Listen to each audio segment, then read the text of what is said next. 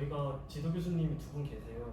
그분들이랑 이제 저번 주에 식사를 점심 식사를 좀 같이 먹었는데 어쨌든 그 박건우 교수님하고 김영배 교수님 그분들이 하는 게 뭐 통계 관련 머신러닝 그런 연구를 한다고 제가 말씀드렸었는데 그래서 얘기를 한 게 제가 저번에 방학 때 인공지능 뭐 최적화라던가 그런 주제로 스터디를 해서 저희가 정규학교 때도 못한 활동을 방학 때 좀 밀도 있게 하고 싶다라는 얘기를 들었었는데 안 그래도 저희가 교수님들 만나 뵈면서 교수님들이 주제를 하나 정해서 좀 열심히 탐구를 해봐라. 그래서 뭐 옵티멀 트랜스포테이션 아직은 저희는 잘 모르지만 등등의 주제들을 던져주셨고 저희는 책도 뭐 좀 선정해서 원하는 만큼 보내줄 수 있다 이렇게 말씀을 하시면서 김영도 교수님 지금 연구면이 있어서 좀 해외에 자주 나가시고 바쁘신데 한국 오시면 열심히 지원해 주시겠다 해주셔서 되게 좋았거든요. 그래서 그런 김에 방학 때 활동을 좀 제대로 해볼까 하고 막 저희한테 이런저런 지원을 많이 해주시거든요. 지원이라는 게 그런 학술적 지원 말고 밥이나 다 같이 뭐 놀러 간다든가 그래서 뭐 그런 얘기를 많이 해주셔가지고 일단 뭐 그런 의미에서 다음 발제 시간에는 저희 행정실에서 돈을 타와서 간단한 식사라도 하나씩 제공해드려야 되지 않나 그런 생각을 우선 하고 있어요. 여러분들 와서 끼니 해결하시고 그래도 들으시면서 그래도 좋겠고요. 어쨌든 교수님들이 되게 적극적이라는 거 저는 그 식사 자리에서 느껴가지고 그 점 말씀드리고 싶었어요.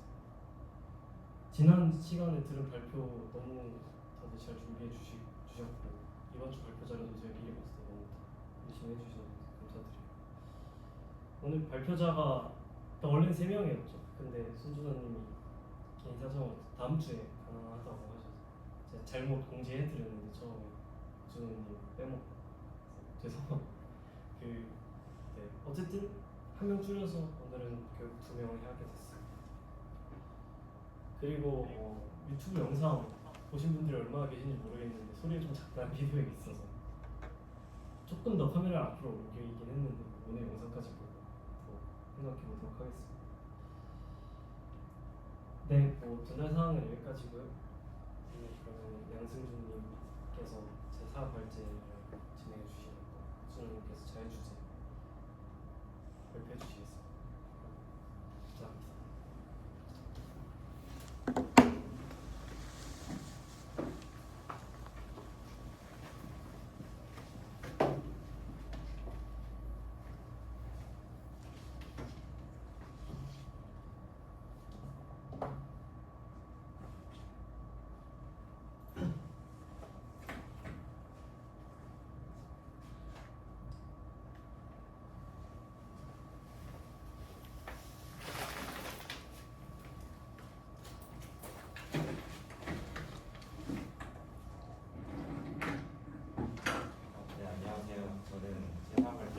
수로의 정당성 및 근사의 힘이라는 주제로 발표를 맡은 수학교과 양성준이라고 합니다.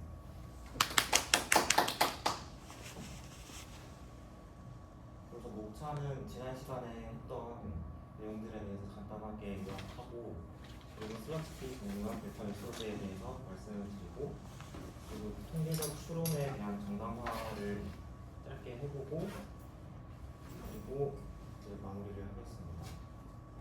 슬러스키 구조 정리의 일반화된 정리를 증명하고 그리고 데이터 소재의 1차 데이터 소재와 2차 데이터 소재를 증명하는 것이 되고요.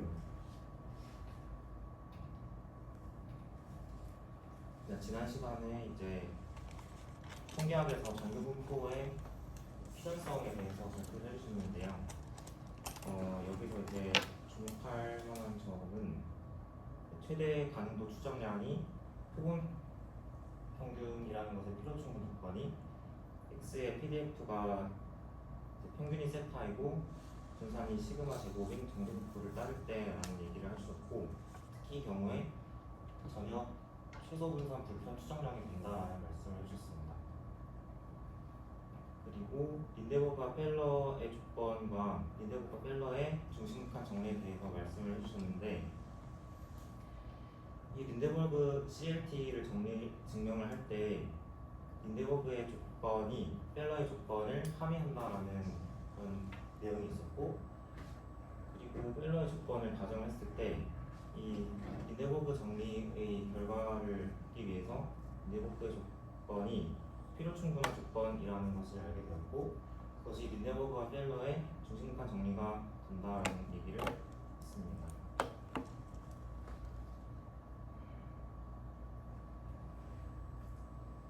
그리고 이제 슬로츠키 정리와 델타 요소들에 대해서 이제 말씀을 드리겠습니다. 극한 분포라는 개념에 대해서 정의를 하고 볼 건데요. xn이 랜덤 벡터 열이라고 하고 z가 어떤 랜덤 벡터라고 할 때 xn의 CDF가 z의 CDF로 수렴할 때, 특히 x가 z의 CDF의 모든 연속점이어야 됩니다. 이때 z를 극한 분포라고 얘기를 하고, xn 화살표 d, z 이런 식으로 이제 씁니다. 이때 z가 x보다 작거나 같다라는 얘기는 그렇게 보이는 어떤 폴리드런에 속하는 것으로 생각을 해주시면 됩니다. 그리고 이제 린데버그와 펠러의 중심극한 정리의 다른 정리로서 다별량 중심극한 정리를 저희가 볼 수 있고요. 그리고 일변량 중심극한 정리에 대해서도 이런 식으로 저희가 정의를 할 수가 있습니다. 저희가 이제 고등학교 때 모평균의 추정에 대해서 확률과 통계를 들으신 분은 아마 기억이 나실 수도 있는데, 이 x부터 xn이 모두 평균이 무이고 분산이 시그마 제곱인 어떤 분포를 따른다고 할 때 중심극한 정리에 따라서 xn-u 나누기 시그마 저 식이 평균이 0이고 분산이 1인 정규 분포로 수렴하게 된다는 것을 알 수 있습니다.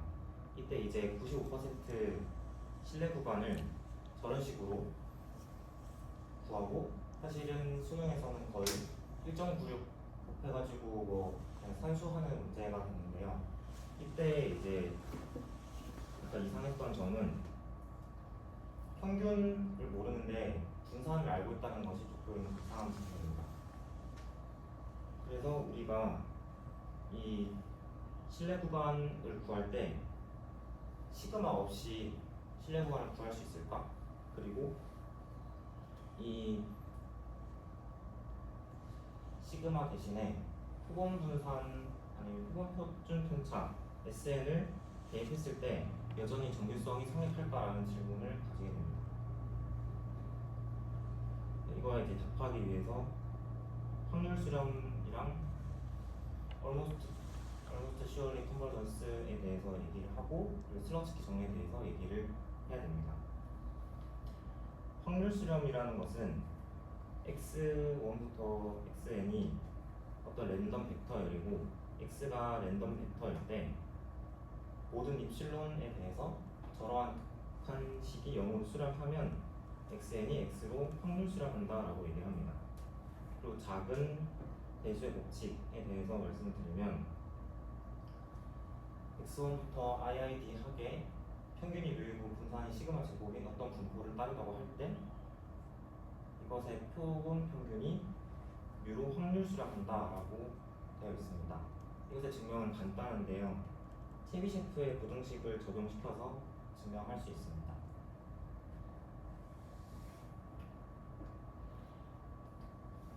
컨버전스 almost surely 이 정의에 대해서 말씀을 드리면은 xn이 어떤 랜덤 벡터열이고 x가 랜덤 벡터일 때 xn이 x로 almost surely하게 컨버전한다라는 얘기는 어떤 뜻이냐면, 저러한 이제 확률 측도 안에 이 극한이 0일 확률이 1이다. 그러면 xn이 x로 어느 정도 슈얼리하게 수렴한다고 얘기를 할 수가 있고요. 그리고 이제 사실은 확률 공간에 대해서 살펴보면은 xn에 들어가는 것이 어쨌든 오메가라는 사건이잖아요. 그러면 저 극한식을 만족하게 하는 사건이 등장할 확률이 1이다 이런 식으로 생각을 해주시면 됩니다.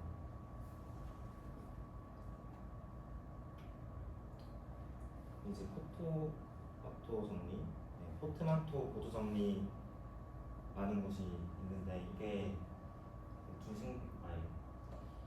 슬로츠키의 정리를 증명하는데 좀 필요해서 스테이트만 했고요. 1번, 2번, 6번을 사용하게 될 겁니다. 이제 그 내용을 간단하게 보면은 xn의 CDF가 x의 CDF로 수렴하는 것과 이제 모든 유계이고 연속인 한 수의 기대값이 수렴하는 것과 그리고 닫혀있는 집합 F에 대해서 림수비 그래서 확률보다 작거나 같다라는 것이 동치 명제입니다.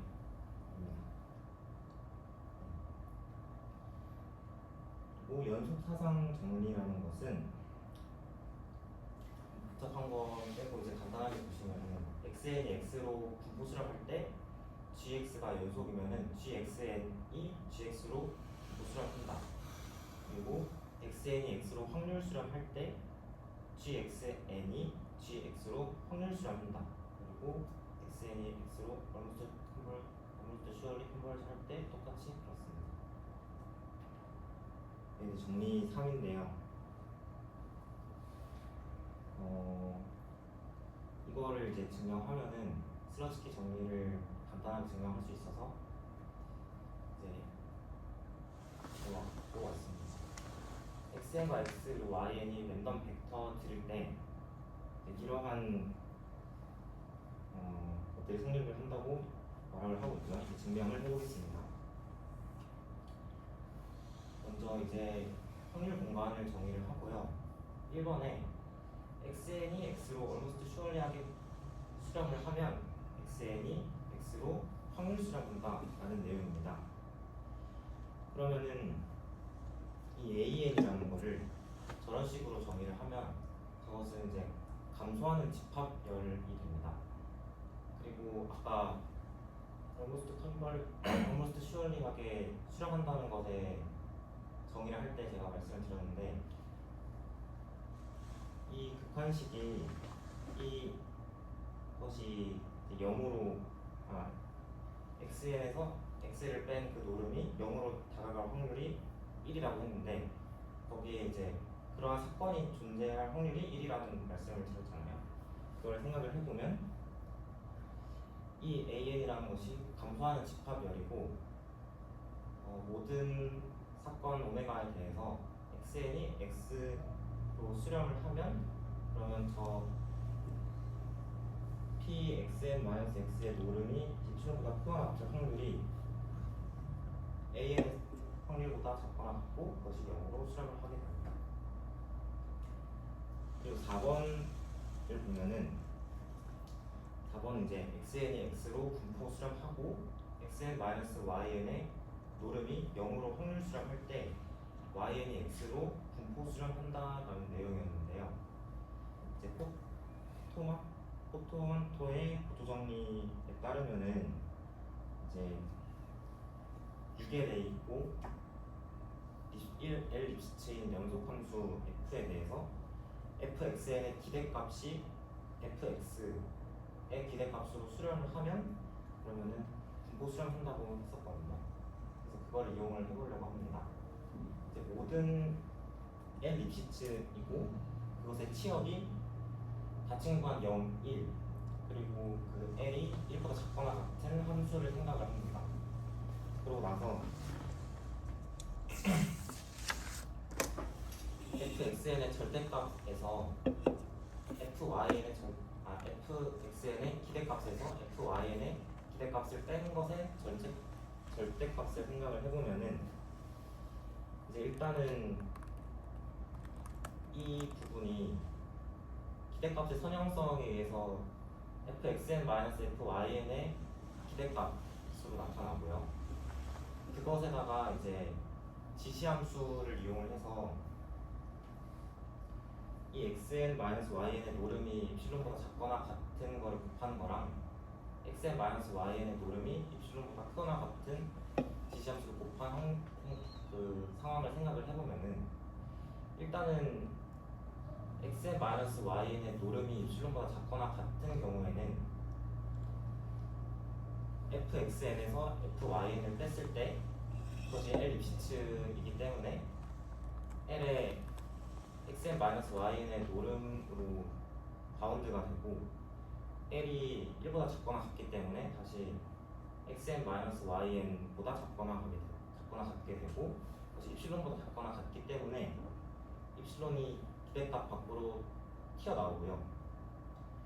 그리고 xn-yn의 노름이 입실론보다 크거나 같은 경우에는 그러한 것을 쓸 수가 없는데 대신 치역이 0, 닫힌 구간 0, 1이라는 것을 사용을 하면은 두 개 함수 차이가 고작 2보다 더 클 수가 없기 때문에 그러면 2보다 이 부등식을 이용하면은 2가 밖으로 튀어나와서 오른쪽에 있는 기대값은 확률 수렴의 정의상 0으로 수렴을 하게 되고 여기 왼쪽에 있는 이 기대값은 입실론을 아주 작은 숫자로 택하게 되면은 0으로 수렴을 하게 돼서 이 전체가 0으로 수렴을 하게 됩니다. 그러면은 이제yn이 x로 분포 수렴을 한다는 걸 어떻게 설명할 수 있냐면 다시 fyn의 기대값에서 fx의 기대값을 뺀 것의 전체 절대값을 생각을 해보면 그 중간에 fxn의 기대값을 더했다 뺄 수 있잖아요. 그러면은 그것을 잘 쪼개면은 둘 다 0으로 수렴하게 만들 수 있어서yn이 x로 수렴을 하게 된다라고 얘기를 할 수가 있습니다. 그 다음에 xn이 x로 확률 수렴한다는 것이 확률 수렴하면 xn이 x로 분포 수렴한다. 이제 xn이 x로 확률 수렴한다라는 얘기는 xn에서 x를 뺀 것의 노름이 0으로 확률 수렴한다는 얘기랑 똑같고 x는 당연히 x로 분포 수렴하기 때문에 4번 문제를 사용하면은 xn이 x로 분포 수렴한다고 결론 얻을 수 있습니다. xn이 c로 확률 수렴하고 c가 컨스탄트일 때 xn이 c로 분포 수렴한다 라는 것이 필요 충분 조건인데 이제 한쪽 방향은 자명하니까 반대쪽 방향을 생각을 해보면은 이제 센터가 C고 입실론이 반지름인 어떤 모를 생각을 해보면은 xn에서 C를 뺀 것의 전체 노름이 입실론보다 크거나 같을 확률은 xn이 저 오픈볼의 여집합에 들어가는 확률과 똑같죠. 근데 여기서 xn이 C로 분포 수렴한다고 했으니까 이제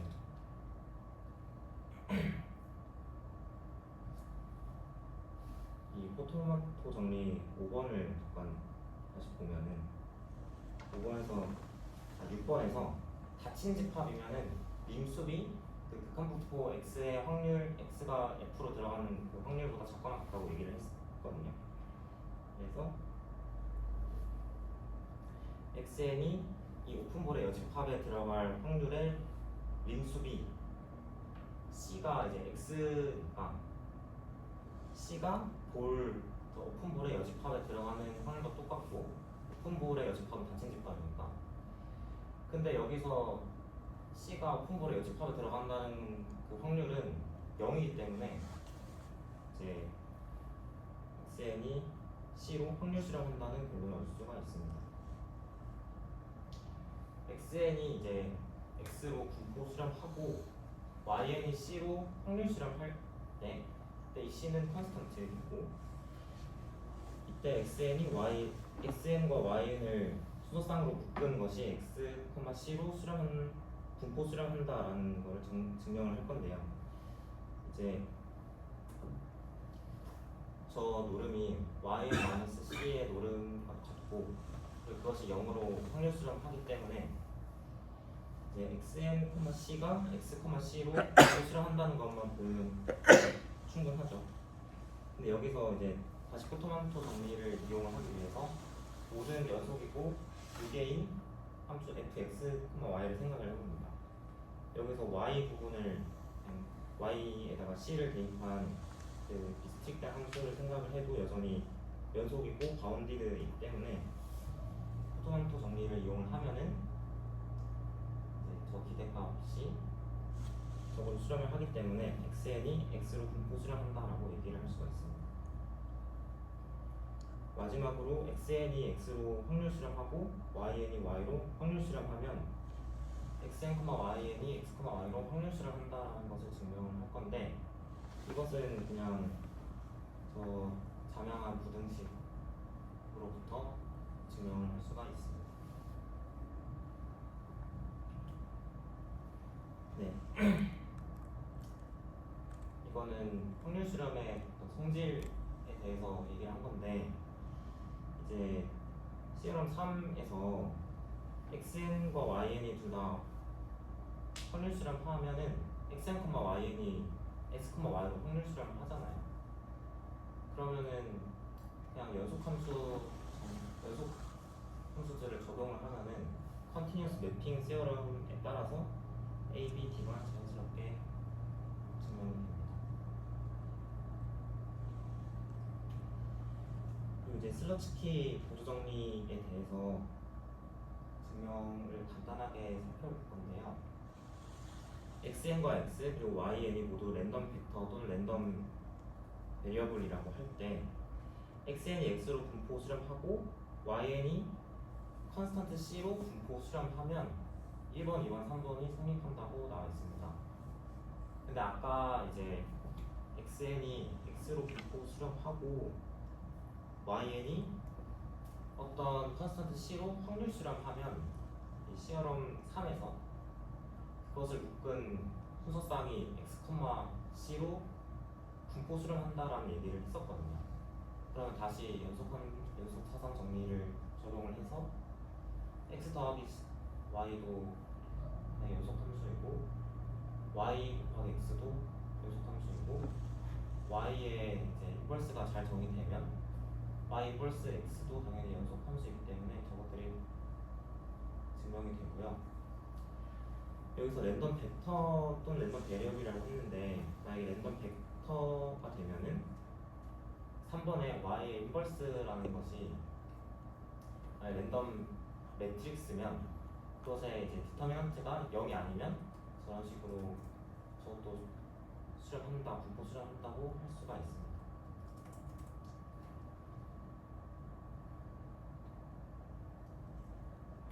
그 다음에 이제 간단한 예시 한 3개 정도 볼 건데요. tn과 sn이 어떤 추정량인데 tn에서 μ를 빼서 루트n을 곱하는 것이 평균이 0이고 분산이 시그마 제곱인 정규 분포로 분포 수렴하고 sn의 제곱이 시그마 제곱으로 확률 수렴한다고 합니다. 네. 그 슬러트 키에서 네. 그 y가 c로 확률 수렴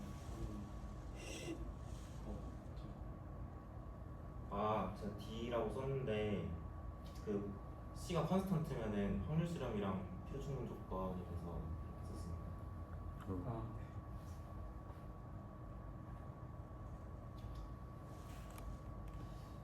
네, 그러면은 이제 U가 저러한 정근 신뢰 구간을 얻게 됩니다.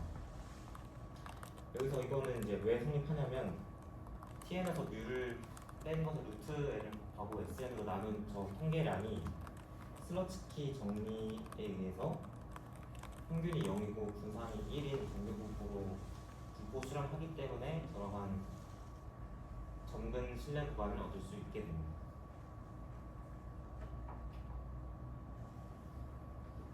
네, 이제는 정규 분포인데요.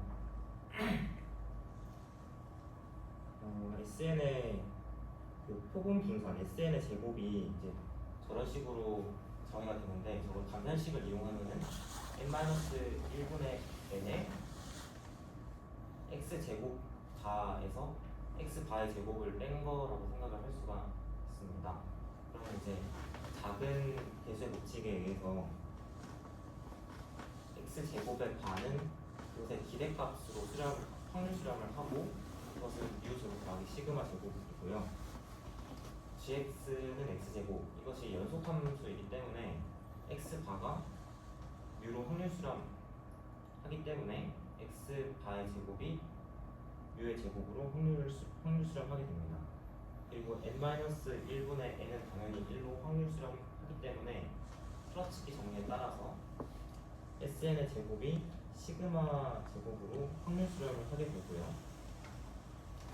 그리고 이제 저러한 통계량이 평균이 0이고 분산이 1인 정규 분포로 분포 수렴하게 된다는 것을 얻을 수 있습니다.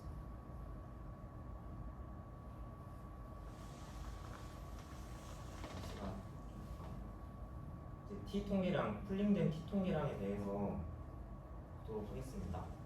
이거는 이제 x1부터 xn1이 평균이 뮤이고 분산이 시그마 1 제곱인 정규 분포를 따르고, 이제 이거는 평균이 같고 분산이 다른 이분산일 때 어떻게 검정하냐 뭐 이런 얘기인데요. 특히 n분의 n1이 어떤 람다 존재에서 람다로 수렴을 하게 되면 저러한 통계량이 이제 어떤 정규 분포로 수렴한다라는 내용입니다. 그래서 xi랑 yj가 모두 인디펜던트 하기 때문에 x바에서 y바에서 x바를 뺀 것이 평균이 0이고 분산이 저러 분산을 가지는 정규 분포로 분포를 가지고요. 그러면은 저기에다가 n분의 n1, n2에다가 루트를 곱한 저걸로 스케일링을 해주면은 분산이 1 람다의 시그마 1 제곱 더하기 람다의 시그마 2 제곱인 정규 분포로 분포 수렴을 하게 됩니다.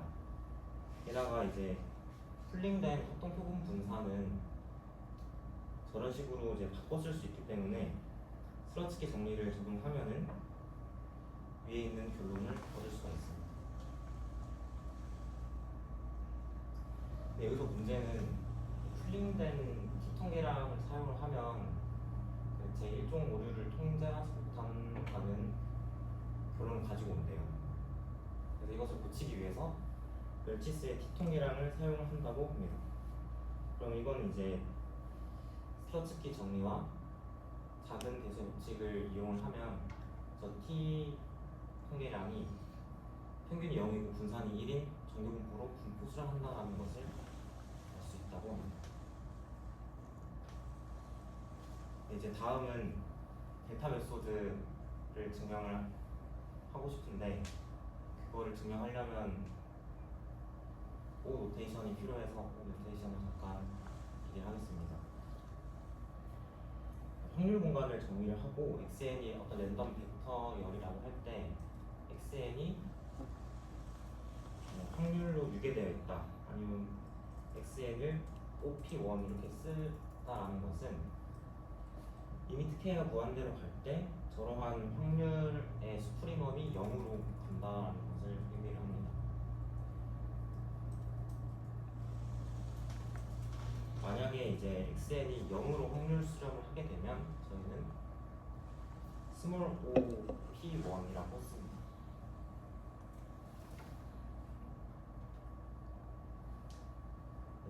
O 노테이션의 간단한 성질들에 대해서 얘기를 해보면은 xn, y는 둘 다 big P1이고요. 그리고 z는 스몰 op1이고, 여기서 t는 t로 분포 수렴을 하는 상황입니다. 이때 이제 2번, 3번을 보시면은 랜덤 벡터 열이라고 했으니까 그 벡터의 곱셈이 잘 정의되면 저것이 이제 빅 OP1으로 쓸 수 있고요. 그리고 이제 스몰 o랑 빅 O랑 곱하면은 스몰 O가 된다라는 것 정도만 보시면 됩니다. 그리고 어떤 TN이라는 것이 T라는 분포로 분포 수렴을 하게 되면 TN은 빅 O로 쓸 수 있습니다.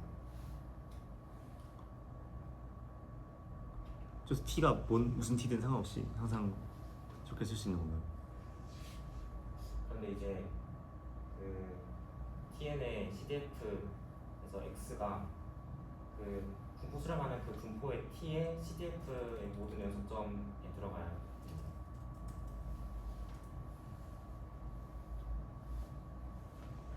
델타 메소드입니다. RN이 무한대로 가고 어떤 파이라는 함수가 RD에서 RK로 가는 세타에서 미분 가능한 함수이고요. 그리고 RN 곱하기 TN 마이너스 세타가 어떤 T라는 분포로 분포 수렴을 하는 상황입니다. 이때 첫 번째로 RN에다가 파이 TN 마이너스 파이 세타는 파이 프라임 세타 T로 분포 수렴을 하게 되고, 그리고 밑에 있는 RN에다가 파이 TN 마이너스 파이 세타 마이너스 RN 곱하기 파이 프라임 세타 TN 마이너스 세타, 얘는 0으로 확률 수렴을 하게 됩니다. 그래서 제가 이제 RD에서 RK로 가는 다변수 함수를 얘기했으니까 이 파이 프라임이라는 것은 자코비안으로 정의가 되는 겁니다.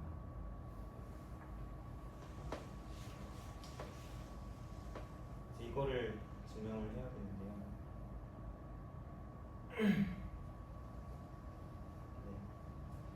우선 미분의 정의에 따라서 파이 t는 파이 세타 더하기 파이 프라임 세타의 t 마이너스 세타 그리고 나머지 항으로 쓸 수 있습니다. 이때 이 나머지 항은 OH 노름 적혀 있는데 그냥 H 노름으로 나눴을 때 그 RH가 0으로 간다라고 생각을 해주시면 됩니다. 여기서 이제 RN 곱하기 TN 마이너스 세타가 분포 수렴하기 때문에 RN 곱하기 TN 마이너스 세타가 빅 O라는 걸 알 수가 있고요. 빅 O의 정의에 따라서 전체에 노름을 씌운 것이 빅 O라는 얘기를 했습니다. 그러면은 RN분의 1은 RN이 무한대로 가니까 RN분의 1은 0으로 확률 수렴하게 되고, 그러면은 빅 O랑 스몰 O를 곱하면 스몰 O가 된다고 말씀을 드렸기 때문에 이제 그냥 RN으로 나눈 거죠.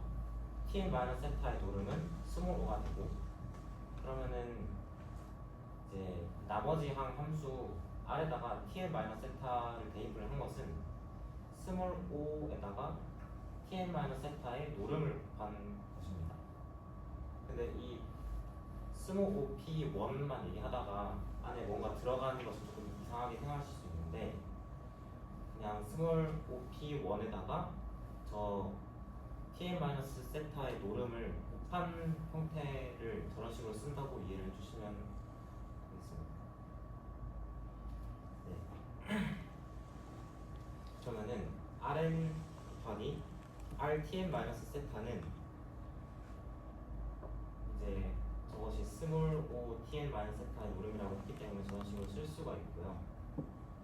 그러면은 RN을 저 안에 넣을 수가 있고, 그 안에 있는 것은 빅 O가 되는데, 아까 말씀드렸다시피 안에 들어가 있는 것은 밖으로 빼서 스몰 O 곱하기 빅 O로 쓸 수 있다고 했고, 스몰 O랑 빅 O랑 곱하면 스몰 O가 되기 때문에 이 RN 곱하기 RN TN 마이너스 세타는 0으로 확률 수렴한다고 볼 수 있습니다.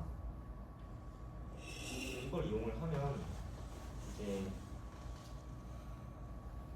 두 번째 스테이트에 나와 있던 식이 0으로 확률 수렴한다는 것을 알 수가 있고요.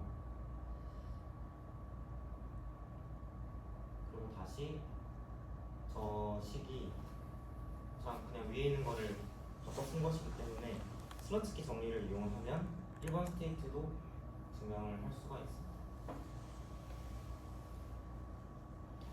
근데 여기서 이제 파이 프라임 세타가 영행렬이면은 사실 뭐 어떤 의미를 가져오는지 잘 모르겠잖아요. 그래서 이제 2차 델타 요소들에 대해서 말씀을 드리겠습니다. 파이는 RG에서 R로 가는 가변수 함수이고 세타에서 두 번 미분 가능하고요. 그리고 Rn 곱하기 Tn 마이너스 세타가 T로 분포 수렴을 할 때 만약 이 그레디언트가 0이면 Rn 제곱 곱하기 파이 Tn 마이너스 파이 세타가 저러한 분포로 수렴을 하게 됩니다. 근데 이제 회귀 분석이나 수리 통계 많이 보실 수도 있는데 만약에 T가 뭐 정규 분포이고 T의 분산이랑 저 안에 들어가는 해시안이랑 곱해서 아이덴포텐트가 되면 저것이 파이 제곱 분포를 따르게 되잖아요. 그러한 의식들도 볼 수 있긴 합니다. 테일러 전개를 해보면은 파이 t는 파이 세타 더하기 그레디언트의 저식이 나오고 마지막에 나머지 항이 나옵니다. 여기서 나머지 항은 이제 제곱으로 나눴을 때 노름의 제곱으로 나눴을 때 0으로 수렴을 하게 되고 여기서 이제 그레디언트가 0이기 때문에 가운데 항이 날라갑니다. 여기서 이제 다시 아까와 같은 논리들을 반복 적용을 하면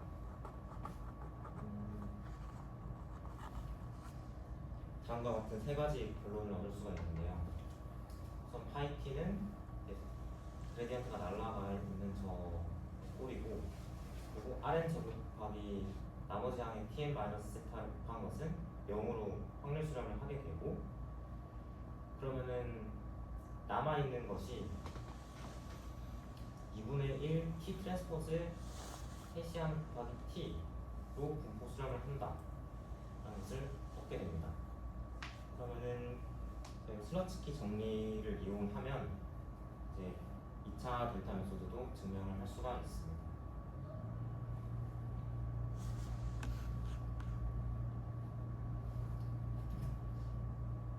분산 안정 변환인데요. 이 델타 메소드를 가지고 그래서 뭘 할 수 있냐라는 내용인데요. 때때로 TN이라는 이 에스티메이터가 저러한 식의 어떤 분포를 계산해봤을 때 분산이 세타에 의존하는 그런 경향을 가지고 있을 수도 있잖아요. 그러면은 분산을 통제하지 못하기 때문에 연속 함수이고 미분 가능한 함수 g를 이용을 해서 이것의 분산을 컨스턴트로 만드는 분산 안정 변화를 생각을 할 수가 있습니다. 네, 뭐 간단하게 보면은 1차 델타 메소드에 따라서 델타 메소드를 적용하면은 G 프라임 세타의 제곱 곱하기 시그마 제곱 세타를 분산으로 가지는 정규 분포로 분포 수렴을 하게 되잖아요. 여기서 이제 목표는 저 분산을 1로 만들고 싶은 거죠. 그래서 G 세타를 이렇게 어떤 적분식으로 나타낼 수가 있습니다.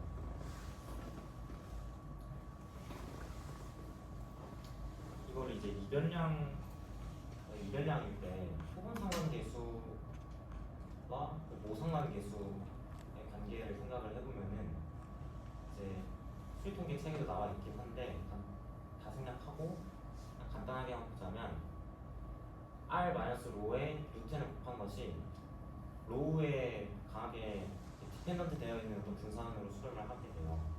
여기서 이제 이 분산을 어떻게 하면 1로 만들 수 있을까라는 것을 얘기를 해보면은 분산 안정 변환을 이용해서 이것을 1로 만들고 싶어서 이제 G' 프라임 로우가 1 마이너스 로우의 제곱분의 1을 가지는 어떤 함수가 되잖아요. 그럼 그것을 적분을 해서 나타낼 수가 있고, 이것이 이제 피셔의 Z 트랜스포메이션이라고 부릅니다.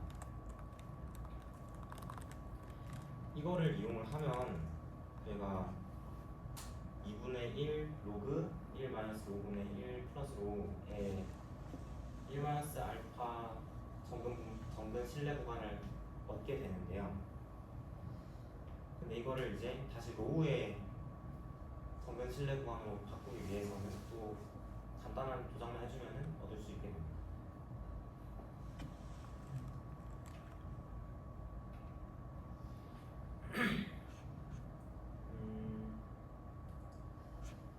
일단은 이제 그래서 델타 메소드와 스로츠키 정리를 결합을 해서 어떻게 통계적 추론의 정당성을 확보할 수 있는지에 대해서 간단하게 말씀드리겠습니다. 이제 베이스 가정은 tn-세타의 루트n을 곱한 것이 평균이 0이고 분산이 시그마 제곱인 정기분포로 분포 수렴을 하는 상황이고, 델타 메소드를 이용을 해서 네, 어떤 미분 가능한 함수 g를 적용을 해서 평균이 0이고 분산이 v세타인 어떤 그런 정기분포로 분포 수렴을 하는 상황을 만들었습니다. 이때 이제 v세타는 여전히 모르는 값입니다. 그래서 이러한 딜레마를 해결을 하기 위해서 v세타를 vtn으로 추정을 하게 됩니다. 그러면은 tn이 세타로 확률 수렴하기 때문에, 그리고 v에다가 세타를 대입하는 것은 여전히 연속이기 때문에 연속 사상 정리를 이용을 하면 vtn이 v세타로 확률 수렴을 하게 돼요. 그래서 저러한 통계량을 아까 뭐라고 썼냐면, 여기 분산이 v세타였죠. 근데 이거를 v세타를 vtn으로 추정을 하고 있는 상황이기 때문에 밑에 v세타를 모르니까 vtn으로 추정을 하는 거예요. 근데 이제 이거를 루트 v세타를 나누고 다시 곱하면 똑같고, 그리고 왼쪽에 있는 것은 평균이 0이고 분산이 1인 정규분포로 분포 수렴을 하게 되는 거고, 오른쪽에 있는 것은 1로 확률 수렴을 하기 때문에 이것이 이제 평균이 0이고 분산이 1인 분포로 분포 수렴을 하게 된다는 것을 알 수가 있습니다. 이것이 뭐 와일드 타입의 통계량이라고 얘기를 하고요. 그리고 정근 실내 구간은 이런 식으로 주어지게 됩니다.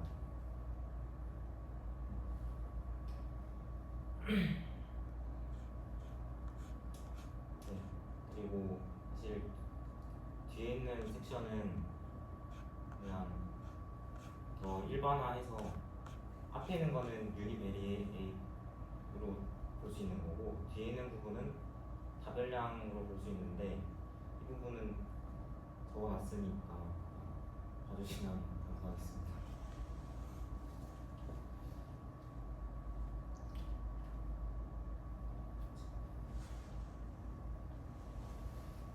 감사합니다.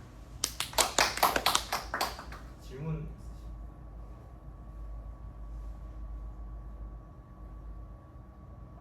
그 뭐지 34페이지인가? 저기서 그러니까 제가 알기로는 저 2분의 1 로그 1 빼기 10분의 1 더하기 10 저게 분산이 루트 n 빼기 3분의 1 뭐 이렇게 간다고 저는 회계 분석 시간에 배웠거든요. 그거를 그러니까 저기서는 그냥 루트 n분의 1이 되지 뭐 n 빼기 3? 뭐 그런 식이 안 나오는 것 같아. 그런 식은 유도가 안 되는 것 같은데, 그렇게 좀 더 가까운 식을 유도할 수 있는 방법이 혹시 있을까요? 컨버전스 레이트에 대해서 말씀해 주시면.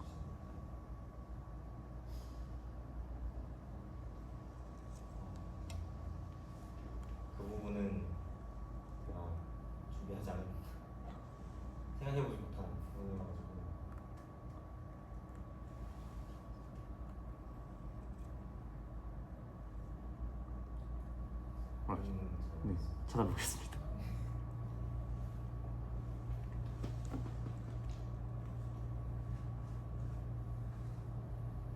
혹시 질문 있으실까요?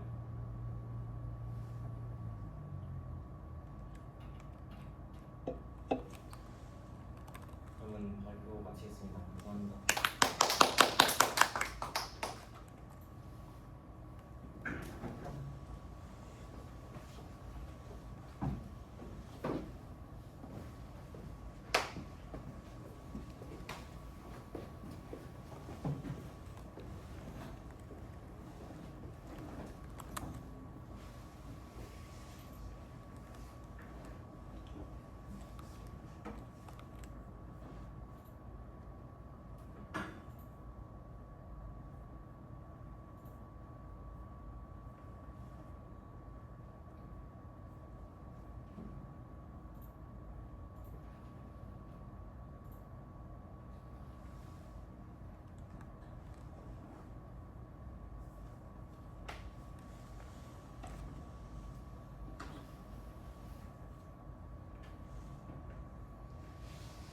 그러면은 자유주제 발표를 시작하도록 하겠습니다.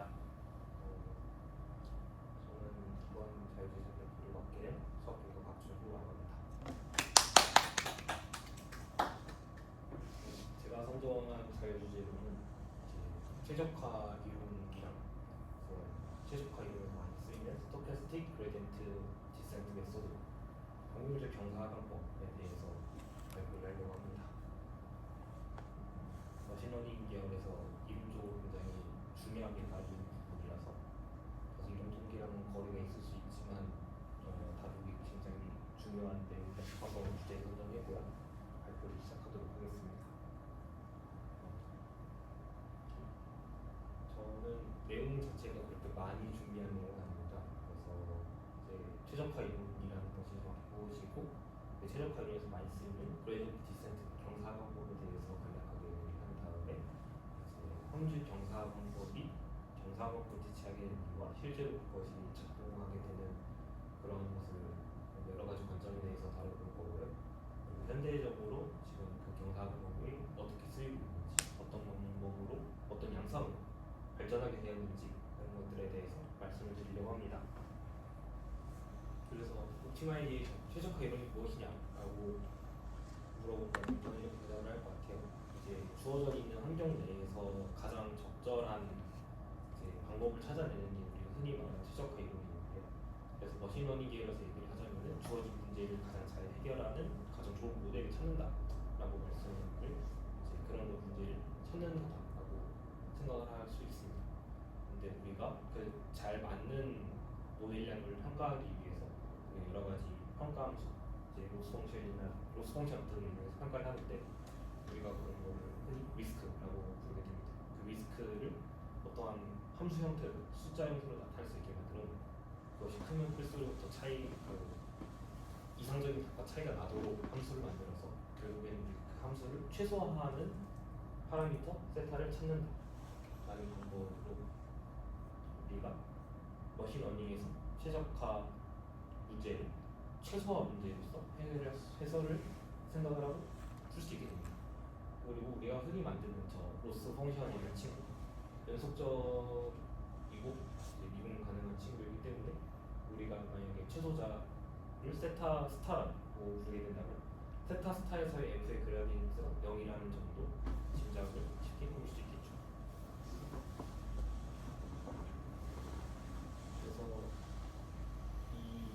우리 목적이 결국에는 저 f를 최소화시키는 세타 파라미터를 찾는 것이지 않습니까? 근데 그 최소화하는 방법이 존재한다는 것을 증명하려면 먼저 우리가 저 f에 대한 함수 특징을 두 가지 정의를 하고 발표하겠습니다.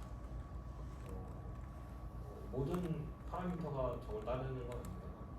저렇게 따라야 우리가 경사관법 등의 방법을 적용할 때 우리가 최소를 찾을 수 있다고 장담할 수 있기 때문에 이제 저렇게 되어 있다고 가정하고 그래서 가정할 첫 번째 정의가 이제 컴플렉스, 우리가 흔히 아는 컴플렉스랑 정의가 같고, 그래서 이미 두 점에 대해서 한 점과 다른 한 점에서 함수값이 다른 객관적 함수값과 거기서의 접속면으로 그 방향이 값보다 크게 되면 우리가 그 함수를 컴플렉스 펑션이라고 합니다. 우리가 흔히 생각하는 컴플렉스랑 같은 정의라고 보시면 되고요. 두 번째 정의는 스무스 펑션인데요. 스무스 펑션은 이제 그레디언트를 계산해 봤을 때 그 그레디언트 친구가 L 리스트 함수 연속 함수가 되면 우리가 그 함수를 스무스 펑션이라고 부르게 됩니다. 실제로 리스트보다 스무스 펑션이 머신러닝에서는 조금 더 좋은 조건이라고 평가를 받는 것 같아요. 그리고 스무스 펑션일 때 이제 쿼드라틱 어퍼 바운드가 저렇게 주어지게 되는데 이제 컴플렉스 펑션처럼 F라는 값이 주어졌을 때 2차 항 내에서 바운디드가 되고 있다라는 정도로 얘기해 주시면 될 것 같습니다.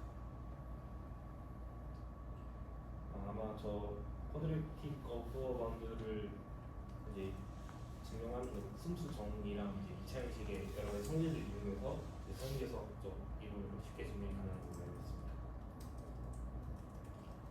그래서 이제 제가 먼저 설명할 거는 그레디언트 디센트인데요. 그레디언트 디센트는 알고 계시겠지만 이제 간단하게 설명을 하자면 함수 그래프가 이렇게 구체가 되어 있을 때 결국에는 그 최저점이라고 주어진 친구를 찾기 위해서 그 그래프가 실체화되어 있다고 가정을 하면 그 그래프 위에다가 구수를 놓는다고 생각하면 됩니다. 그럼 그 구수의 경사를 따라서 중력의 영향을 받아서 쭉 내려오겠죠. 그러다가 우리가 아까 최소화되어 있는 지점에서는 운동면이 있고 그 그레디언트 값이 0이니까 그 구슬이 최소점에 떨어져서 움직이지 않게 될 겁니다. 그 움직이지 않게 되는 점을 우리가 여기가 함수의 f 값의 최소값이구나 라고 짐작하게 되고요. 그런 거를 이제 컴퓨터로 구현하는 게 저 그레디언트 디센트 방법이라고 생각하시면 되겠습니다. 그래서 우리가 어떠한 작은 양수 에타를 잡아서 그 에타에다가 거기서 그 함수 그 파라미터 찾을 때 그 다음 파라미터 업데이트하는 방법이 그 함수에서 그레디언트의 음수 방향으로 파라미터를 당겨서 업데이트하는 방법이다 라고 생각하시면 되겠습니다. 그렇게 되면은 그 그레디언트를 따라서 점점 함수값이 더 내려오는 쪽으로 내려오게 되고요. 그렇게 되다 어느 순간 그 무척이 크지 않은데 움직이지 않을 때가 다음 우리가 찾고 있는 이제 최소값의 미치겠구나라고 얘기할 수 있게 됩니다. 그래서 이게 먹히는 조건이 있는데요. 그 조건을 이루면은 반드시 그레디언트 디센트가 먹히게 된다라고 말씀드릴 수 있는데 그거를 이야기하기 위해서 이제 디센트 lem마를 필요합니다. 그래서 f 함수가 L 순수 함수이고 그리고 저기 붙어있는 저 상수를 우리가 이제 러닝레이트라고 많이 부르는데요. 그 러닝레이트라는 친구가 L분의 1보다 작거나 같다라는 것이 확인이 되면은 그레디언트 디센트가 저렇게 업데이트 되는 것이 성립하게 됩니다. 더불어서 여기 그레디언트 디센트가 이제 컴백스한 다음에 L 순수하다라는 조건이 되게 되면 우리가 러닝레이트를 L분의 1로 잡았을 때 이제 어떠한 위치를 잡은 다음에 그 경사관법 메소드를 T번 반복을 하게 되면은 이제 그렇게 해서 얻어낸 파라미터 세타 T가 아래에 있는 구성식 F 세타 T 마이너스 F 세타 스타가 2T분의 L 세타 제로 마이너스 세타 스타의 놈의 제곱을 만족하게 된다는 얘기입니다. 밑에 있는 수식의 이유가 뭐냐면 저 함수가 컴백스하고 L 스무스하다는 조건을 만족시키기가 하면은 우리가 이제 러닝레이트를 충분히 작게 잡은 다음에 이제 한 컴퓨터한테 충분히 오래 시간을 줘서 기다리게 하게 되면은 우리가 키번을 계속 반복시켜서 적당히 작은 크기로 줄일 수 있기 때문에 우리가 충분히 신뢰할 수 있는 그 옵티마이징 파라미터를 찾을 수 있다라고 얘기할 수 있거든요.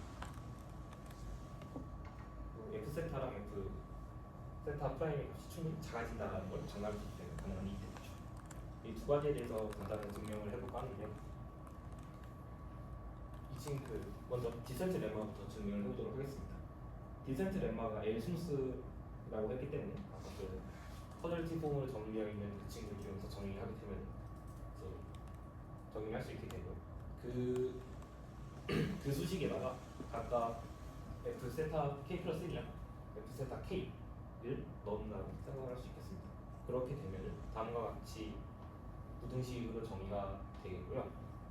그리고 우리가 아까 그레디언트 디센트 방법에서 정의한 방법에 따라서 세타 k 플러스 1과 세타 k의 차이를 다음과 같이 그레디언트의 차이로 나타낼 수 그레디언트를 이용 스페인할 수 있게 됩니다. 그래서 그것을 이용해서 위에 있는 부등식을 적절하게 변형을 해주면 저렇게 f 세타 k 플러스 1과 f 세타의 차이가 마이너스 에타의 이제 f의 그레디언트의 노면 제곱 플러스 2분 l 에타의 제곱의 그레디언트의 노면 제곱으로 갇히는 것을 볼 수가 있게 되고요. 그래서 이 친구를 잘 정의를 해주면은 f 세타 k 플러스 1과 f 세타 k의 차이가 에타에다가 1-2분의 l 에타 그리고 그레디언트의 놈의 제곱의 값으로 갇히는 걸 볼 수가 있게 됩니다. 그리고 여기서 우리가 에타를 아직 잘 정의를 안 한 건데 여기서 에타를 저기 있는 저 친구 최소화하는 값을 찾아서 정의를 할 수가 있겠죠. 그래서 그 친구를 잡아 에타를 L분의 1로 에타가 L분의 1자 작다라고 정의를 하게 되면은 우리가 다음과 같이 F세타 K 플러스 1과 F세타 K에 관해서 저렇게 차이를 바운딩을 할 수 있게 된다라고 볼 수 있게 됩니다.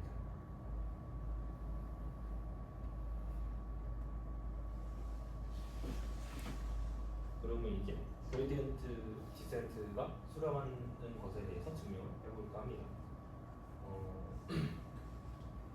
일단은 아까 우리가 F가 볼록하다라고 전제를 했기 때문에 그 K번째 하나부터 세타 K에 대해서 다음과 같이 부등식이 성립한다라고 얘기할 수 있겠고요.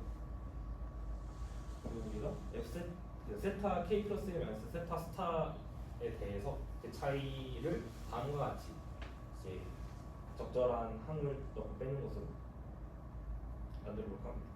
그래서 F 세타 K 플러스 1이라는 친구는 그레디언트 디센트의 방법 정의에 따라서 저렇게 표현이 가능하겠고요. 그런 다음에 F 세타랑 F 스타를 뺀 것을 따로 두고 그런 다음에 에타 곱하기 그레디언트 F 세타 K를 따로 생각을 해서 그 두 개를 제곱하는 방법으로 저 친구를 정의를 할 겁니다. 정의를 하게 되면 F 세타 마이너스 세타 K 마이너스 세타 스타의 놈의 제곱에다가 이제 에타 제곱에다가 그레디언트의 제곱 꼴이랑 그 두 개를 크로스하는 거 꼴이 나오게 되는데요. 저 친구를 바운디를 하게 되면은 F 세타 세타 K 마이너스 세타 스타의 제곱이랑 그리고 아까 나왔던 저 제곱 방에다가 이 친구를 정의할 수 있게 됩니다. 이 친구는 이제 F가 콤플렉스하기 때문에 저런 식으로 부등으로 바운디를 할 수 있다라고 볼 수 있겠습니다.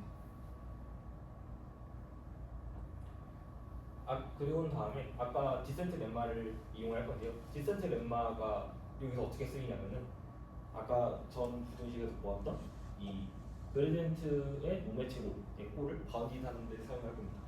그래서 그레디언트의 놈의 제곱은 우리가 F 세타 K 마이너스 F 세타 K 플러스 1의 차이로 바운디가 가능하게 돼요. 그래서 저 친구를 정의하게 되면은 바운디를 시켜서 저 항을 2 곱하기 에타 곱하기 F 세타 K 마이너스 F 세타 K 플러스 1의 형태로 정의를 할 수 있게 됩니다. 그런 다음에 저렇게 만드는 저 부등식을 아까 나왔던 저 식에 대입을 하게 되면은 우리는 F 세타 K 플러스 마이너스 세타의 거리의 제곱은 세타 K 마이너스 세타 스타의 차이 거리의 제곱에다가 다음과 같은 부등식꼴로 정의할 수 있게 되는데요. 우리가 이거를 K번 반복해서 만들어낸다라고 생각을 하면은 우리는 이 에타에다가 F 세타 K 플러스 1 마이너스 F 세타 스타의 값을 다음과 같이 정의할 수 있게 됩니다. 그 다음과 같이 바운디를 할 수 있게 돼요. 세타 K 마이너스 세타 스타의 거리의 제곱이라 세타 K 플러스 1 마이너스 세타 스타의 거리 제곱으로 정의를 할 수 있게 되고 그래서 이렇게 해서 만든 부등식을 우리가 K번째부터 계속 하고 있으니까 얘를 우리가 T번 반복하는 걸로 생각을 했으니까 T-1번까지 계속 반복돼서 만든 그 부등식의 결과를 다 더한 다음에 얘를 텔레 스핀 시켜서 제거할까 합니다. 그렇게 되면은 F 이 에터 곱하기 저 합 홀은 저 합의 형식이 되겠고요. 저 합은 저 내부에서 K끼리 알아서 정리가 돼서 텔레스코픽이 돼서 시그마 없이도 표현이 적용 가능하게 됩니다. 그래서 세타 제곱 마이너스 세타 스타의 제곱 마이너스 세타 t 마이너스 세타 스타의 제곱 이렇게 얘기할 수 있게 됩니다. 뒤에 있는 부분이 당연하게 음수라서 우리가 처음 생각했던 세타 제곱 마이너스 세타 스타의 노음의 제곱의 형식으로 바운드 된다라고 생각을 할 수 있게 됩니다. 그런 다음에 우리가 에타를 러닝메이트 값을 우리가 생각하는 만큼 작게 잡았기 때문에 f의 값이 그 파라미터가 업데이트가 되면 돼서 점점 줄어든다라고 전제를 할 수 있게 돼요. 그런 그 생각을 하게 되면은 우리가 저 f 세타 1부터 f 세타 t까지 계속 더한 그 값은 결국에는 그거를 f 세타 t를 t1 더한 거보다 것과 비교를 확실히 할 수 있다라고 생각할 수 있게 됩니다. 그래서 그걸 이용하게 되면 저 위에 있는 부등식의 좌변에 해당되는 친구는 결국에는 그 f 세타 t에다가 f 세타 스타를 뺀 값을 t1 곱한 것보다 크게 돼서 우리가 f 세타 t와 f 세타 스타에 대한 크기를 저렇게 바운디드 할 수 있게 됩니다. 그런 다음에 저 마지막 부등식의 맨 오른쪽 변과 맨 왼쪽 변을 정리를 하게 되면 우리가 처음 생각했던 f 세타 t와 f 세타 스타의 차이를 t분의 1 비고 t분의 1로 잘 바운디드 할 수 있게 된다라고 수학적으로 정리할 수 있게 돼요.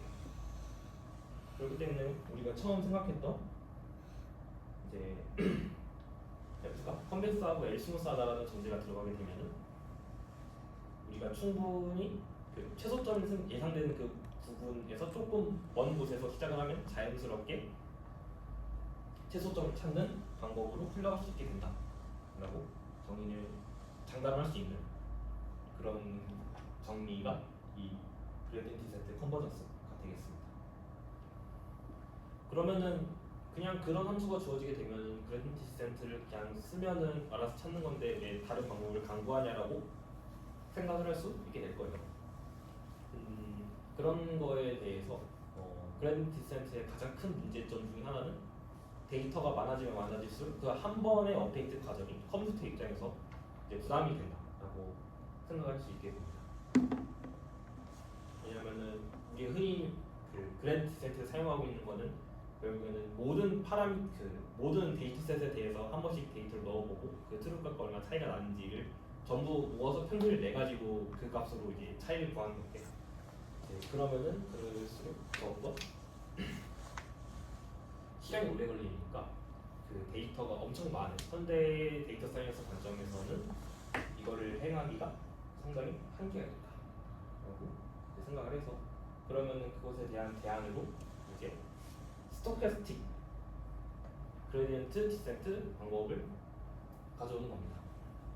원래 그레디언트 디센트가 모든 데이터셋의 오차를 평균내서 그 평균값으로 업데이트를 진행했다면은 이제 스토캐스틱 통계적인 방법을 적용을 하게 되면은 우리가 그 수많은 데이터를 다 사용하는 대신에 하나의 데이터셋에 대해서 그 함수를 적용시켜서 난 오차로 그레디언트 디센트 업데이트를 진행하겠다라고 얘기를 하는 거예요.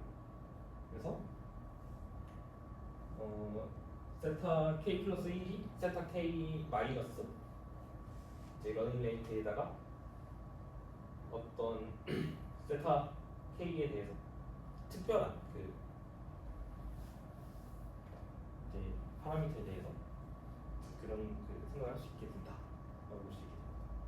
그러면은 그 데이터셋이 n개라 그러면 그레디언트 디센트는 한 번 업데이트하기 위해서 이제 n번 실행을 했어야 되는데 그에 반해서 이제 스토캐스틱은 이제 그 오차 함수를 구하는 과정이 한 번으로 줄어들고 빠르게 업데이트가 된다는 장점이 있겠죠. 하지만 이제 안정적으로 수렴성을 확보하던 그레디언트 디센트랑 다르게 랜덤성의 요소가 추가되었기 때문에 우리는 그 랜덤성이 그레디언트 디센트의 수렴성을 망치지 않는다라는 것을 증명을 할 필요가 있어요. 그래서 그 랜덤성이라는 게 결국에는 우리가 그 그레디언트 디센트의 수렴을 장담하는 데 노이즈를 주고 있다라고 표현할 수 있게 되는데 그 노이즈가 있음에도 그 그레디언트 디센트가 확실하게 작동할 수 있는 거에 대한 이제 여러 가지 관점에 대해서 소개를 해드릴까 합니다. 먼저 통계적인 관점인데요. 결국에는 스토캐스틱 그레디언트 메소드도 작동을 한다. 왜냐면은 결국에는 우리가 전부 다 쓰는 거를 랜덤에서 계속 쓰다 보면은 그 랜덤에서 쓰는 저 파라미터가 우리가 전부 사용하는 풀 그레디언트의 이제 불편 추전량이다라고 말할 수 있기 때문인데요.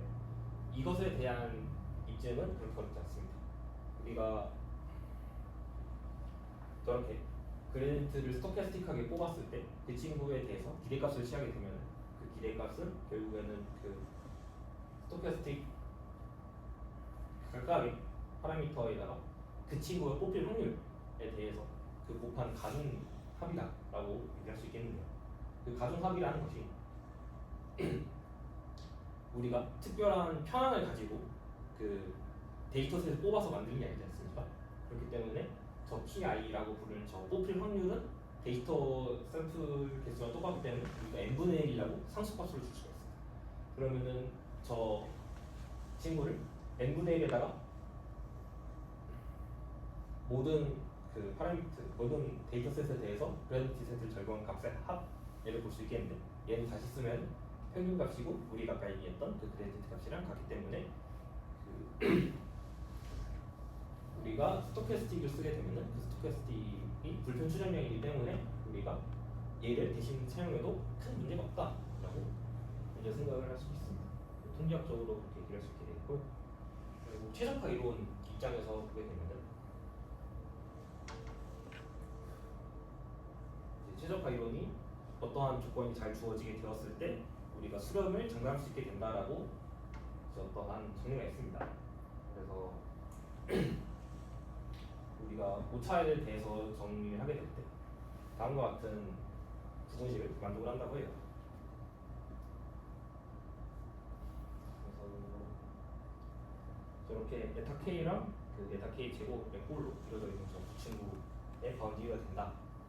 저 항에 의해서 바운디가 된다라고 얘기하고 있는데 저 오른쪽에 있는 마지막 텀을 우리가 노이즈 플로어라고 부른다고 해요. 그래서 노이즈 플로어라는 저 친구보다 노이즈 플로어가 그 스토캐스틱이 이제 구슬이 그 최소값을 찾으러 내려갈 때 그 최소값을 찾는 과정에서 진동 노이즈를 계속 주고 있다. 그래서 우리가 그 함수를 점점 깎아내리는 과정이 노이즈보다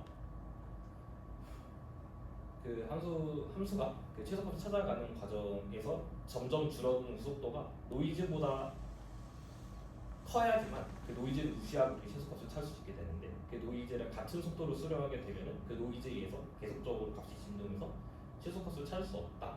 그렇기 때문에 저 노이즈 플로어보다 빠른 속도로 수렴을 하도록 장담해야 된다라는 게 최적화 이론에서 최적화 이론 입장에서 주어지는 과제이고요.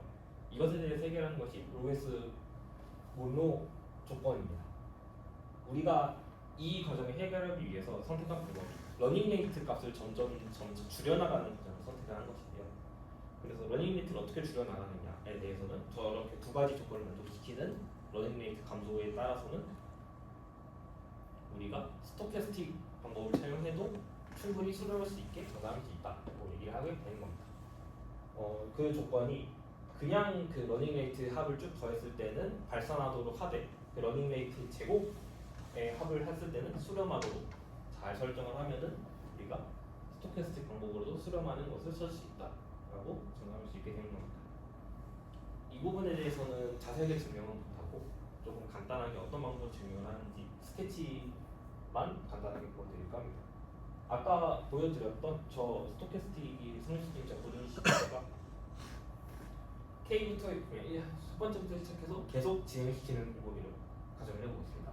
그러면 우리가 시그마를 취했을 때 저런 방법을 쓸 수가 있겠고 그런 다음에 우리가 오른쪽 부분에 이 친구를 바운디를 할 수 있게 됩니다. 이는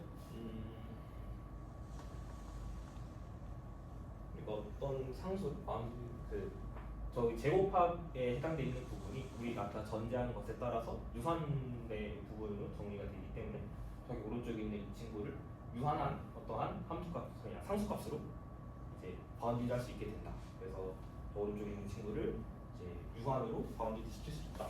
이런 게 첫 번째가 되고요. 두 번째로는 왼쪽에 있는 부분이 옵티멈 친구가 있다라고 말씀드리는 건데, 결국에는 오른쪽에 있는 이 상수값이 어떠한 저 함수값이 무한으로 발산하지 않고 어떠한 상수를 수렴한다라고 우리가 얘기할 수 있게 되고, 그러면은 당연히 그 수렴보다 작은 친구이기 때문에 이 친구가 0보다 클 거 아니에요. 그래서 그 0보다 큰 저 친구는 어떠한 상수가 작게 돼서 바운디드가 된다. 그래서 무한으로 가지 않는다라고 정의를 할 수 있게 되고, 근데 이 상황에서 우리가 아까 저의 러닝레이트 값의 전제를 주었을 때 저 러닝레이트가 그냥 무한대 합으로 더하게 되면은 발산한다 라는 전제가 들어가 있기 때문에 저희 이 친구가 수렴하는 방법으로 정리를 하기 위해서는 우리가 이 친구가 극한을 보냈을 때 0으로 보내야 된다라고 전제를 간단 그냥 결과를 이렇게 낼 수가 있어요. 조금 수학적으로 기하기 많지만 논리적으로 봤을 때 저렇게 정리가 된다라는 걸 확인할 수 있게 되고요. 결국에는 우리가 충분히 K를 CN을 많이 하게 되면 그 그레디언트가 만든 그 오차값이 만드는 그레디언트의 디레이 값이 0으로 간다는 걸 확신할 수 있기 때문에 우리가 스토캐스틱 방법에서도 충분히 많은 시간이 흘러가게 되면은 저 그레디언트 오차의 그레디언트가 0으로 간다. 즉 우리가 찾는 값이 충분히 최적화되는 값에 수렴할 수 있게 된다. 이렇게 얘기를 할 수 있게 됩니다. 그리고 마지막은 데이터 사이언스 관점에 대해서 얘기를 드릴까 하는데요. 결국에는 우리가 막 흩뿌려진 데이터를 합습하는 게 어느 정도의 그 정보량을 갖고 있는 편향성을 갖고 있는 데이터를 합습하는 거기 때문에 그 노이즈가 있다 하더라도 결국은 그 노이즈보다 어떠한 그 데이터가 전체적으로 공통적으로 나타나고 있는 그 편향성을 띄고 있다라고 보는 겁니다. 그 관점에서 보게 되면은 우리가 n개 데이터가 있을 때 그 n개 데이터를 한 번 학습해서 한 번 업데이트를 하는 것보다 그 무작위성이 조금 있더라도 그 한 데이터에 대해서 학습하는 걸로 n번 나아가는 것이 조금 더 최적화 관점에서 가장 좋은 파라미터를 찾는데 더 빠른 방법으로 인식이 되는 겁니다. 만약 아무 데이터의 편향성이 없었다면은 그 스토캐스틱 방법이 통하지 않겠지만 우리가 학습하려고 하는 데이터가 어떠한 편향성을 갖고 있고 어떠한 결론을 유도할 수 있는 그런 데이터라고 전제를 깔게 되면은 스토캐스틱이 일반적인 그라디언트 디센트 더 빠르게 수렴하는 최적화하는 방법이 되겠다라는 게 데이터 사이언스 관점이다라고 보고 있어요. 그렇다면 현재 데이터 사이언스에서는 어떠한 방법을 쓰고 있느냐라고 얘기를 하자면은 지금 가장 최적화되어 있는 방법인 아담에 대해서 말씀드릴 겁니다. 아담이라는 이 친구는 어댑티브 모멘트라고 하는 이 친구를 어댑티브 그러니까 적응하고 있는 러닝레이트에다가 모멘트 개념을 도입을 한 것인데, 어댑티브는 아까 말씀드린 것처럼 그 러닝레이트의 값이 그 상황에 따라서 조절돼가지고 점점 더 줄어드는 것을 얘기할 수가 있고요. 모멘트는 이게 흔히 얘기하는 관성이라고 보시면 됩니다. 아까 그 그랜디스 얘기할 때 그 구슬 얘기를 다시 얘기하려면 구슬이 쭉 떨어지다가 그 평지가 잠깐 있다 다시 내려가는 함수라고 생각을 했을 때 그 구슬이 관성을 가지고 있기 때문에 쭉 내려가다가 평지를 만난다고 해서 바로 멈추지 않잖아요. 관성으로 계속 속력을 가지고 내려가기 때문에 그거를 조금 더 가용을 하면은 우리가 업데이트하는 이 친구가 가속도라고 개념을 가지게 되고 그 가속도를 속력에 대해서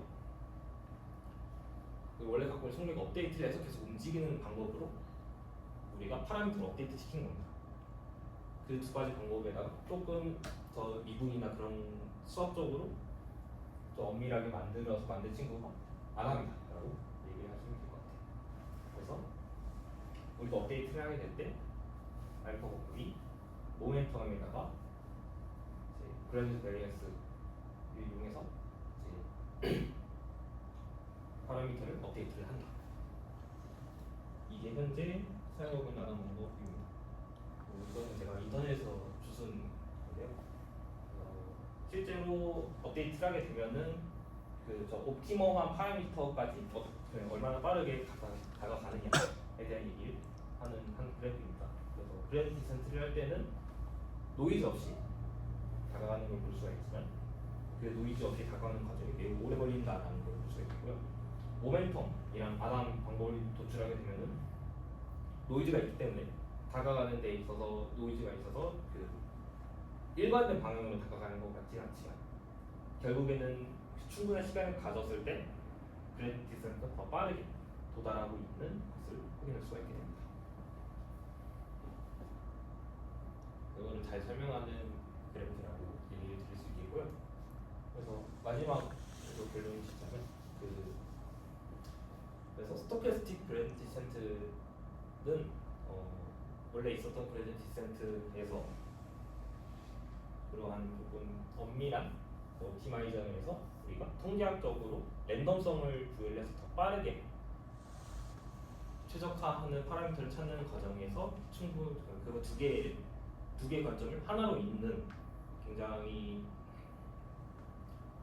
좋은 이제 브릿지가 되어 주었다라고 결론을 낼 수 있게 됩니다. 참고 문헌은 이렇게 되고요. 그래서 여기까지가 옵티마이징과 SGD에 대한 발표입니다. 발표 들어주셔서 감사합니다.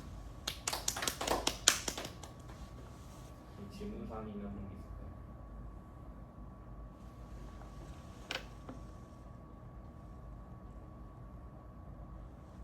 혹시 처음에 그 디센트 lem만 할 때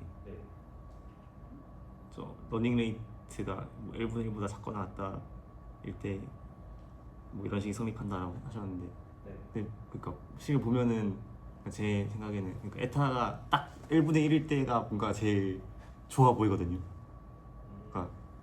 그러니까 그냥 사실 에타가 1분의 1일 때를 대입해도 사실 상관이 없을 것 같은데 뭔가 1분의 1보다 더 작을 때 뭔가 좀 더 좋아지는 상황이 특별히 있을까요? 물론 저 아까 수식에서 봤을 때 저희는 에타 곱하기 1-1분의 에타를 최소화시키는 데 있어서는 아마 에타가 1분의 1일 때 최소화가 되는 거라서 얘기를 하는 것 같아요.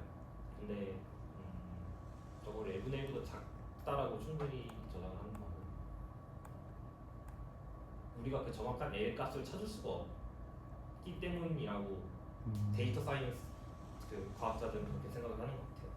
결국 우리가 이상적으로 주어진 수학 함수를 계산하는 게 아니라 그 자연적으로 만들어진 그 친구에 대해서 그것을 계산하다 보니까 우리가 이 친구가 그 L 스무스 정확한 L 값을 찾을 수는 없겠지만 그 얘보다는 더 작게 스무스하겠지라고 전제를 내리고 그걸 이용해서 함수를 잡고 그렇게 러닝 엔트를 설정하기 때문에 저런 것을 생각하는 것 같습니다.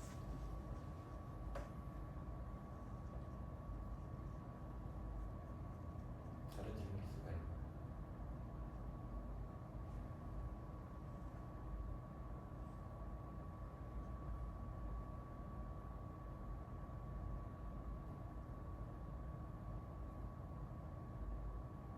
네, 그러면 여기서 발제를 마치도록 하겠습니다.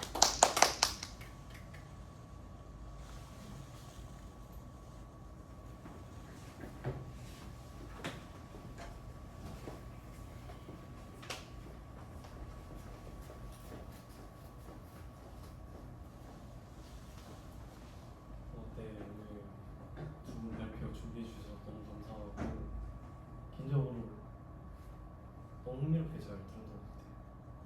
아직 분야 그래서 다음 발표에는 진짜 저희가 좀 훌륭한 끼니와 함께하면 어떨까라는 생각이 들고 준비해주신 분들, 와주신 분들 그리고 봐주신 분들 다 너무 감사드리고 저는 다음 시간에 다음 주에 뵙도록 하겠습니다. 정말 수고하셨습니다.